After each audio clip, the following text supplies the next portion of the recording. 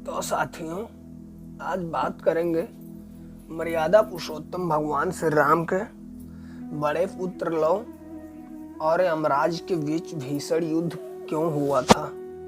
तो साथियों, अगर आप लोग इस रहस्य को नहीं जानते तो कोई बात नहीं है। आज हम इस रहस्य के बारे में बताएंगे, तो बने रहिए वीडियो के अंत तक। बहुत ही अच्छा प्रसंग है आज का। तो मेरे प्यारे साथियों, चलिए जानते हैं कि क्यों यमराज और लव के बीच भीषण संग्राम हुआ। तो दोस्तों, इसको जानने से पहले फिर पुनः एक बार आप लोगों का स्वागत है हमारे YouTube channel my ideal Ram 8278 में। तो मेरे प्यारे साथियों, एक बार मर्यादा पुरुषोत्तम श्री राम अपनी सभा में बैठे थे कि एक सेवक ने आकर कहा, हे महाराज, आपका वृद्ध मंत्री सुमंत स्वर्गगामी हो गया है। मेरे प्यारे दोस्तों, साथ ही साथ आपको यह भी बता दें कि जो मंत्री सुमंत थे वो मर्यादा पुरुषोत्तम भगवान श्री राम के पिता दशरथ के मित्र भी थे, जिनको भगवान राम अपने पिता के समान मानते थे। तो मेरे प्यारे साथियों, जब भगवान श्री राम ने ये समाचार सुना कि उनके पिता समान मंत्री जो थे सुमंत स्वर्गगामी हो गए और उनकी पत्नियां सती होने हेतु आपकी आज्ञा मांगती हैं, यह समाचार सुनकर श्री राम जी के एक रथ का आरूढ़ होकर सुमंत के घर गए। मतलब एक रथ पे बैठ के भगवान श्री राम सुमंत के घर गए। वहां पहुंचकर उन्होंने सुमंत की जन्म कुंडली मंगाई और उसे विद्वानों से ले जाकर दिखलाया और उससे यह ज्ञात हुआ कि 9,999 वर्ष सुमंत की कुल आयु थी। उसमें सब तो व्यतीत हो गया, अब केवल 9 दिन शेष रह गए हैं। तब श्री राम ने अपने कुल गुरु वशिष्ठ को बुलाकर उनसे कहा कि हे गुरुदेव, त्रेता युग में 10,000 वर्ष मनुष्य की आयु मानी जाती है। इस नियम से यमराज ने मेरे राज्य में मेरा अपमान किया है। जो इस नियम की अवहेलना की है, मुझे ज्ञात होता है वह मेरे द्वारा दंडित होगा, क्योंकि मेरे इस पिता तुल्य मंत्री की आयु में अभी 9 दिन शेष हैं। फिर यमराज ने क्यों इन्हें अपने यहाँ मंगवा लिया, अतः अब मैं यम को बांध कर यहाँ ले आता हूँ और सुमंत को जीवित करता हूँ। तो दोस्तों, उसके बाद देखते ही देखते वशिष्ठ जी से यह कहकर प्रभु श्री रामचंद्र जी अपने गरुड़ पर बैठ जाते हैं और धनुष का टंकार करते हुए यमराज की सैमनीपुरी में पहुंच जाते हैं। और उसके बाद मार्ग में देखे जाते जाते, मतलब पहुंचने से पहले, कि यम के दूत सुमंत को बांध के लेके जा रहे थे। दृष्टि पड़ते ही भगवान श्री राम ने दूतों को तुरंत एक बाण मारा और वहीं मूर्छित हो गए और सुमंत को छुड़ा लिया। इस पर यमदूतों ने विनय पूर्वक कहा कि हमने आपका क्या अपराध किया था जिसके कारण आपने हमारा यह अधिकार छीन लिया।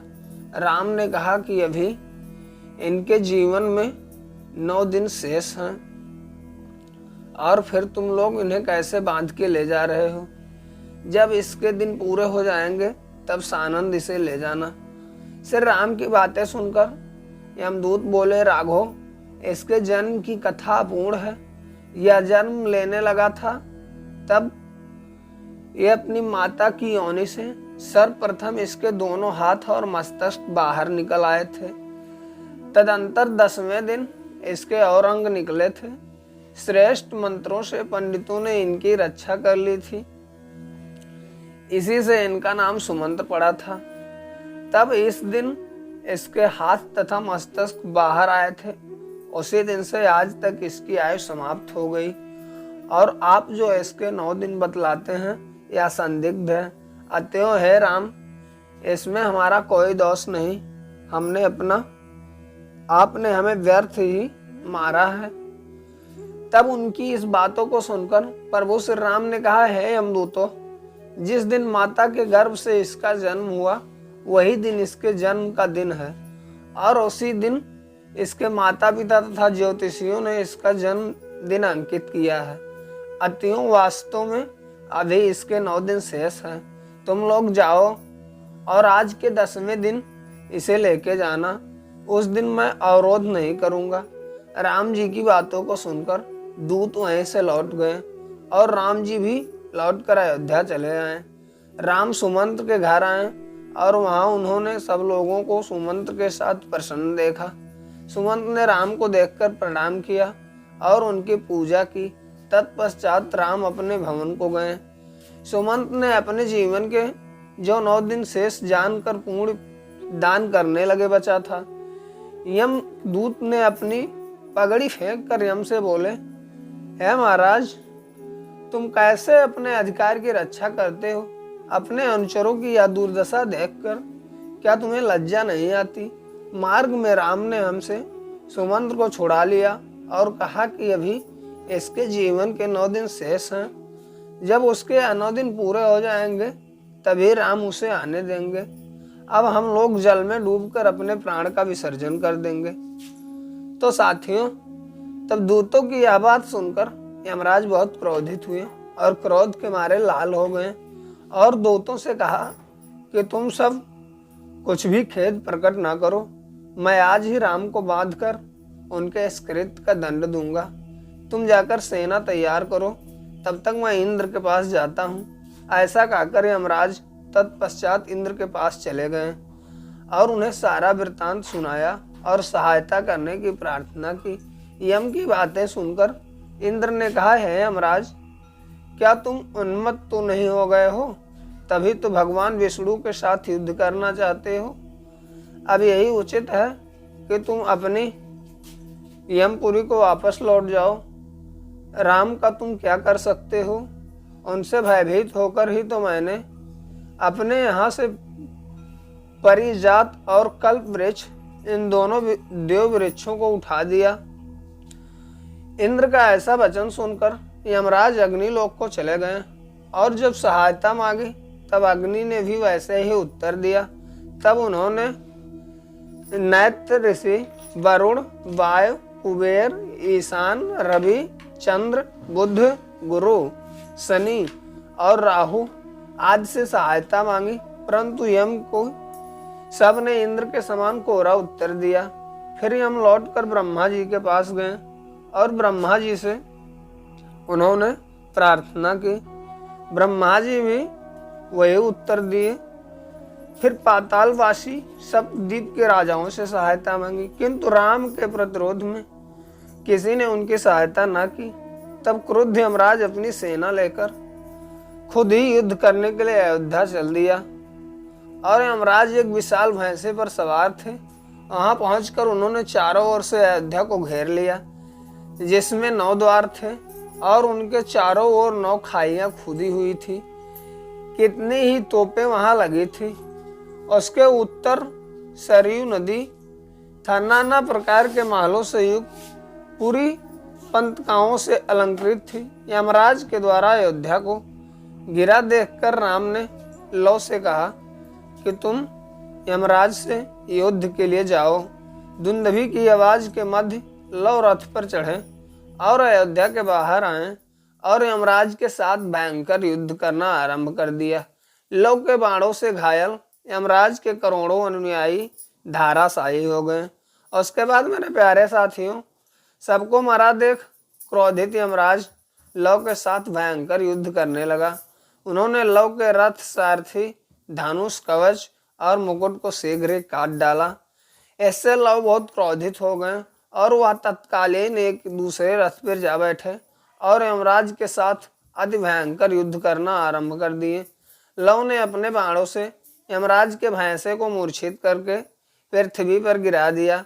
फिर शीघ्र ही बाणों से यमराज पर प्रहार किया। तब यमराज ने अति क्रोध होकर लौ पर यमदंड का प्रहार कर दिया। यमदंड को देखकर लौ ने ब्रह्मास्त्र चला दिया। यह देख यमदंड लौट पड़ा और यम व्याकुल होकर भाग चले। काल के समान ब्रह्मास्त्र उनका पीछे चला। मतलब जहां पे यमराज भाग रहे थे उनके पीछे काल के समान ब्रह्मास्त्र चलता जा रहा था। इससे सूर्य को यह ज्ञात हुआ कि अब यमराज नहीं बच सकता और इस प्रकार अब मेरा पुत्र यम मारा जाएगा। तब सूर्य स्वयं रथ पे बैठ के लव के समीप आए और उनसे विनती करने लगे कि हे लव, अपने अस्त्र को लौटाकर यम को बचाने की प्रार्थना की।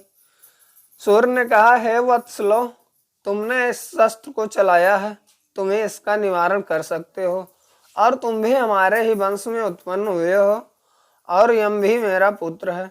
तुम अपने पूर्वजों को क्यों मार डालना चाहते हो? यदि एक पुत्र मूर्ख हो जाए तो क्या उसके साथ सब मूर्ख हो जावें? संग्राम में पलायन किए हुए शत्रु की वीरगण रक्षा ही करते हैं। इसलिए जब सूर्य की यह बातें बहुत ही प्रार्थना और बातें करने पे लव ने ब्रह्मशस्त्र का संवारण कर लिया।